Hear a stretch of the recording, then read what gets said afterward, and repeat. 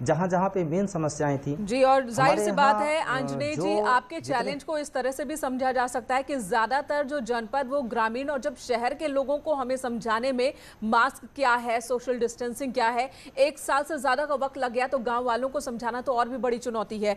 तो आप कितने बड़ी चुनौती का सामना आपने किया वो हम समझ सकते हैं। आजमगढ़ से कमिश्नर विजय विश्वास पंत जी इस वक्त हमारे साथ जुड़े हुए हैं। विजय विश्वास जी, आपका बहुत बहुत स्वागत न्यूज 18 पर। ई कॉन्क्लेव के जरिए हम ये जानना चाह रहे हैं कि आखिर जमीनी स्तर पर रणनीति किस तरह से काम करती है, दर्शकों का भरोसा ताकि सिस्टम में बढ़े और सिस्टम का लाभ भी दर्शकों को मिले, लोगों को मिले।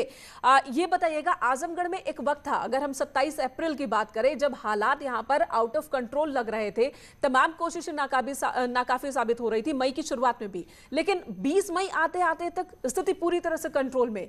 ऐसा क्या किया आप लोगों ने?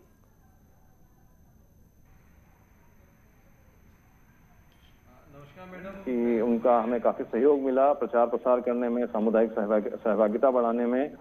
आपका कहना बिल्कुल ठीक है कि जो अप्रैल के एंड के समय यकायक केसेस बहुत बढ़ गए थे, और आज का अगर हम देखें तो इसमें हमारी जो पॉजिटिविटी रेट है वो मात्र 2% है, और टोटल उस समय जो केसेस थे पूरे मंडल में 10,000 से ज्यादा एक्टिव केसेस थे, और आज की तारीख देखें तो हमारे 1804 हैं।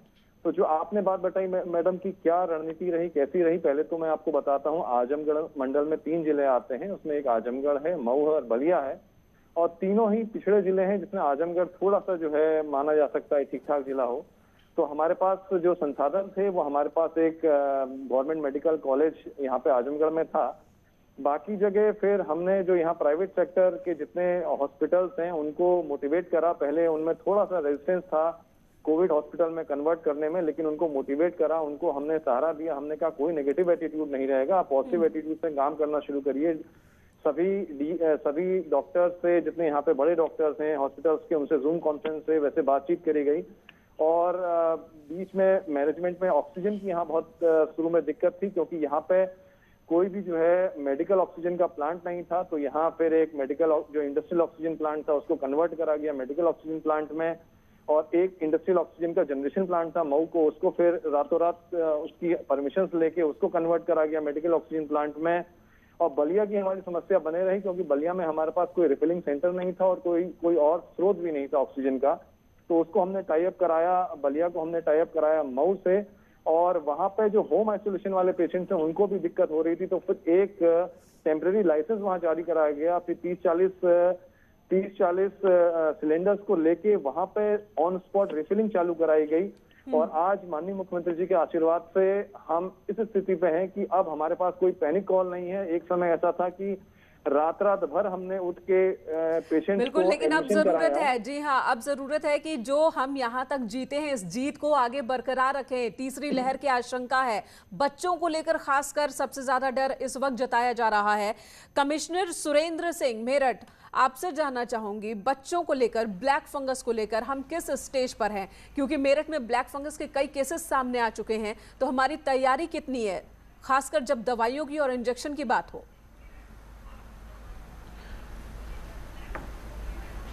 दोनों चीज़ों पे मैं अपने विचार व्यक्त करना चाहूँगा। ब्लैक फंगस निश्चित रूप से इस रीजन में काफ़ी ज़्यादा है, और मैंने कल बल्कि सारे पेशेंट्स का जब डिटेल पता किया कि कौन कौन कहाँ हॉस्पिटल से आए हैं, या होम आइसोलेशन में ये डेवलप हुआ, या दिल्ली से पेशेंट आए हैं। तो जैसे मैक्स गाजियाबाद में हमारे 50% दिल्ली से पेशेंट थे जो यहाँ पर एडमिट हुए हैं ब्लैक फंगस डेवलप होने के बाद, बाकी हमारे यहाँ हैं।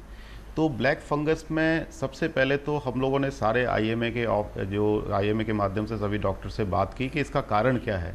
तो मोटी मोटी जो बात निकल के आई कि एस्टेरॉयड का रैशनल यूज़ न होना, ऑक्सीजन की जो वाटर बॉटल होती है उसमें जो वाटर होता है, पानी होता है, उसका स्टेराइल न होना या उसको 24 घंटे बाद न बदलना, ये ब्लड शुगर ज़्यादा होना पेशेंट की। तो इस तरह के सारे कारणों पे एक बहुत बड़ा कॉन्क्लेव टाइप का किया, डिस्कशन किया कि इसको ताकि आगे न बढ़ने दें, इसको प्रिवेंट कर दें यहीं के यहीं। दूसरी चीज़, जो हमारे मेडिकल कॉलेज है मेरठ में, उसमें एक स्पेशल डेडिकेटेड कोविड फंगस, ये जो ब्लैक फंगस है, इसका वार्ड बनाया गया। अभी मैं रिसेंटली मैंने वहाँ विजिट किया, सारे पेशेंट से भी बात की, मरीजों से बात की। तीसरी चीज़, जो हमारी संख्या उसके अकॉर्डिंगली जो मार्केट में डिफरेंट मेडिसिन अवेलेबल हो सकती हैं, एम्फोटेरेसिन हमें यूपी मेडिकल सप्लाई कॉरपोरेशन से मिली है, जहाँ जिस हॉस्पिटल में नहीं है उनको शिफ्ट कराया गया पेशेंट को मेरठ मेडिकल कॉलेज में। रात को भी जो हमें 100 वाइल्स मिली, जाहिर तौर पर ये सारे प्रयास हमने देखे हैं। बच्चों को आप जाहिर तौर पर होम डिलीवरी किताबों की भी करा रहे हैं, ये सारे प्रयास हम देख रहे हैं। ऑक्सीजन और कालाबाजारी करने वालों पर भी आपने शिकंजा वहां पर कसा है। लेकिन मेरठ का एक अस्पताल दावा कर रहा है कि वो ब्लैक फंगस का सफल इलाज कर रहा है और कई केसेस में उसको सफलता भी मिली है। इस पर क्या कहेंगे आप?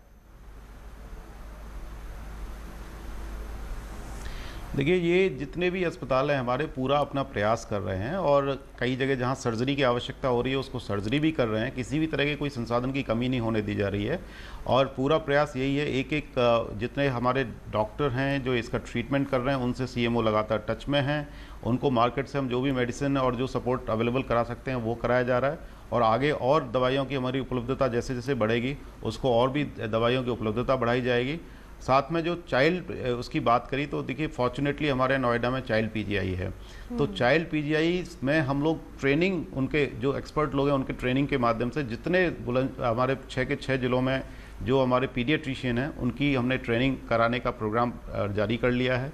उनकी ट्रेनिंग होने के बाद सभी जगह पीकू एस्टैब्लिश की लगातार तैयारी चल रही है, उनकी कार्य योजना बन गई है और शीघ्र ही हम आगे तीसरी लहर के लिए पूरी तरीके से तैयार हैं। जितनी सीएससी पीएससी अगर आप विजिट करेंगे हर जगह काम चल रहा है। जो ऐसी थी जो बिल्कुल एबंडेंट थी या जिनमें बहुत कम रिसोर्सेज थे, वहाँ मेरे पिछले एक हफ्ते में बहुत सारे पीएससी सीएससी में दौरे हुए हैं। सभी जगह पे यानी कि सुरेंद्र जी, आप भरोसा जता रहे हैं कि किसी भी सिचुएशन से लड़ने के लिए मेरठ मंडल पूरी तरह से तैयार है। अब यहाँ पर वैसे हालात नहीं बनेंगे जो हम दूसरी लहर की शुरुआत में हम देख रहे थे और परेशान हो रहा था हर एक इंसान। आजमगढ़ का रुख करूंगी। विजय विश्वास जी, एक सवाल जब तैयारी को लेकर, तो लोगों के मन में यह भी है कि ठीक है, जो हॉस्पिटल्स में इंतजाम है वो तो हो जाते हैं तुरंत, लेकिन जो लोग होम आइसोलेशन में हैं उनके लिए सिस्टम किस तरह से काम कर रहा है? अगर हम होम आइसोलेशन में रह रहे हैं, खासकर जब ग्रामीण इलाका है, लोग हॉस्पिटल जाना नहीं चाहते या फिर बहुत सी जगहों पर हॉस्पिटल के इंतजाम नहीं है, तो ऐसे में घर घर तक लोगों तक सुविधा कैसे पहुंचाई जा रही है? मैडम, मैं आपको बताना चाहूंगा कि वर्तमान में भी जो ज्यादातर पेशेंट्स हैं वो होम आइसोलेशन में ही हैं। तो उसका होम आइसोलेशन में जो हमारे पेशेंट्स रहते हैं उसके लिए जो माननीय मुख्यमंत्री जी ने जो निर्देश दिए थे ICCC का गठन और ICCC के माध्यम से रोजाना पेशेंट्स के हालचाल लेना और वहां पेशेंट्स के पास RRT टीम जिसमें एक डॉक्टर भी रहते हैं उनका विजिट सुनिश्चित कराना। तो हम लोग की रणनीति मैडम ये रही कि जो पेशेंट जिसका 5वें और 6ठे दिन बुखार नहीं उतर रहा है उसको हमने सीरियस पेशेंट की कैटेगरी में रखा और उनको फिर हमने हॉस्पिटल में शिफ्ट कराया, उनसे डेली बातचीत करी, उनका पल्स ऑक्सीमीटर से उनका ऑक्सीजन लेवल लिया, बुखार लिया और कोई और तकलीफ तो नहीं ली। तो यही हमारी स्ट्रेटेजी रही जिससे हमने यहाँ पे होम आइसोलेशन वाले मरीजों को हमने निपटाया हुआ है। और साथ साथ की जो अभी माननीय मुख्यमंत्री जी के निर्देश है कि सीएचसी और पीएचसी को सुदृढ़ करना है, मजबूत करना है, तो उस दिशा में भी साथ साथ काम चल रहा है कि जिससे उसको होम स्टॉप पर, होम के घर के आसपास से ही ये सेवाएं मिल जाएं। तो मेरा ये मानना है कि इस सेवा को जो हमारी ICCC की है इसने हमें बहुत बल दिया है। इसको हमने डिसेंट्रलाइज भी कर दिया है, अब हमने इसको ब्लॉक लेवल पे भी हम इसको ले गए हैं। तो यही स्टडी से हमने काम किया। विजय जी, और हमने देखा भी है कि उस वक्त में जब आजमगढ़ में काफी दिक्कतें थी और जब केसेस काफी आ रहे थे तो आपने खुद लोगों को अपना नंबर दिया और कहा कि बेड या ऑक्सीजन की किसी को व्यवस्था है, कहीं एडमिट कराना है तो वो मुझसे 24 घंटे में कभी भी संपर्क कर सकता है। आपने अपने दरवाजे तक कहा कि लोग घर पर आकर के संपर्क कर सकते हैं। इसके लिए आपने स्वास्थ्य विभाग के अधिकारियों से भी लगातार संवाद आपने किया। जाहिर तौर पर इन सब चीजों को हमने देखा है। हम मुरादाबाद मंडल की ओर रुख करेंगे। आंजनेय कुमार सिंह साहब हमारे साथ लगातार बने हुए हैं। सिंह साहब, ग्रामीण अंचलों की जैसे हम बात कर रहे थे, बहुत सारी ग्रामीण अंचलों से लगातार इस तरह की खबरें आती हैं कि टीम वहां पर गई वैक्सीनेशन के लिए या टेस्टिंग के लिए, लोगों ने मना कर दिया, लोग घरों से भाग गए, लोग इसके लिए तैयार नहीं थे। इस तरह के चैलेंजेस जब सामने आते हैं तो कैसे निपट रहे हैं आप?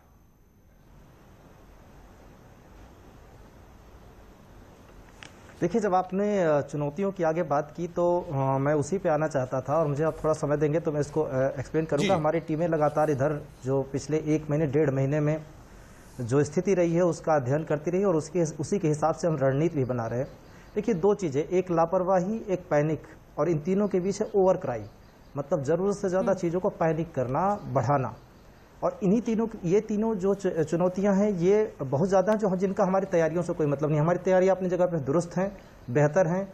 सेक्टर में बांट रखा है, जैसा माननीय मुख्यमंत्री ने निर्देश दिया था, सेक्टर में बांट के निगरानी समितियां पहुंच रही हैं सारे जगहों पे। अब चुनौतियां क्या हैं कि या तो व्यक्ति एकदम लापरवाह है, उसको कोरोना कर्फ्यू है, उसके बावजूद भी क्राउड में निकल रहा है। हमारी टीमें जब जांच करने जाती है, जैसे कई जगहों से शिकायतें आई कि गाँव में बहुत सारे लोग मर गए, किसी को परवाह नहीं है। हमने जब टीमें भेजी तो वहाँ पे पता चला कि इसके पहले हमारी 2-3 बार टीमें आ चुकी हैं, लोग जांच कराने में इंटरेस्ट नहीं रखते, भगा तक देते हैं, रजिस्ट करते हैं, और जब उसमें मौतें होने लगती हैं तो फिर उसके बाद उसको मैग्नीफाई करना शुरू करते हैं, एम्पलीफाई करना शुरू करते हैं। दूसरी एक उसमें पहलू ये है, बहुत सारे जगहों पे आपके आए, जैसे आपने कहा होम आइसोलेशन में आप क्या दे रहे हैं, बहुत सारे लोग यहाँ पे मदद करने के लिए आए। मैं बहुत थैंक यू बोलूँगा कि ठीक है, आप सोशल मीडिया में रह के बहुत सारी जगहों पे गाँव से जुड़ के आप मदद कर रहे हैं, बहुत अच्छा, आपके गुडविल बहुत अच्छा होगा। लेकिन एक थोड़ा सा अंतर समझना होगा कि आप यहाँ पे किसी को खाने के लिए मदद करने नहीं जा रहे, आप मेडिकल के लिए मदद करने जा रहे हैं, जो उसमें एक्सपर्टिज्म की ज़रूरत होती है, जानकारी के साथ साथ उसमें समझ की भी ज़रूरत होती है। अंधाधुंध आप किसी को सिलेंडर प्रोवाइड कराए जा रहे हैं, ये बता रहे नहीं मैंने तो इतने लोगों को इतना सिलेंडर प्रोवाइड किया, कहाँ से वेल्डिंग वाले का सिलेंडर अप्लाई उनको करवा दिया। अब सवाल यह है कि क्या हम घरों में ऑक्सीजन लगाने के लिए जो कैपेसिटी हमारी आरआर टीमों की अगर संरक्षण में नहीं हो रहा है तो क्या, या उनकी देखभाल में नहीं हो रहा है, तो क्या हम इतने एक्सपर्ट हैं कि लोगों को ऑक्सीजन का लेवल क्या होगा, उसके साथ इलाज क्या होगा, दे सकते हैं? जी, ये आपने एक बहुत ही बड़ा मुद्दा उठाया है, बहुत ही बड़ा मुद्दा, बहुत ही महत्वपूर्ण बात।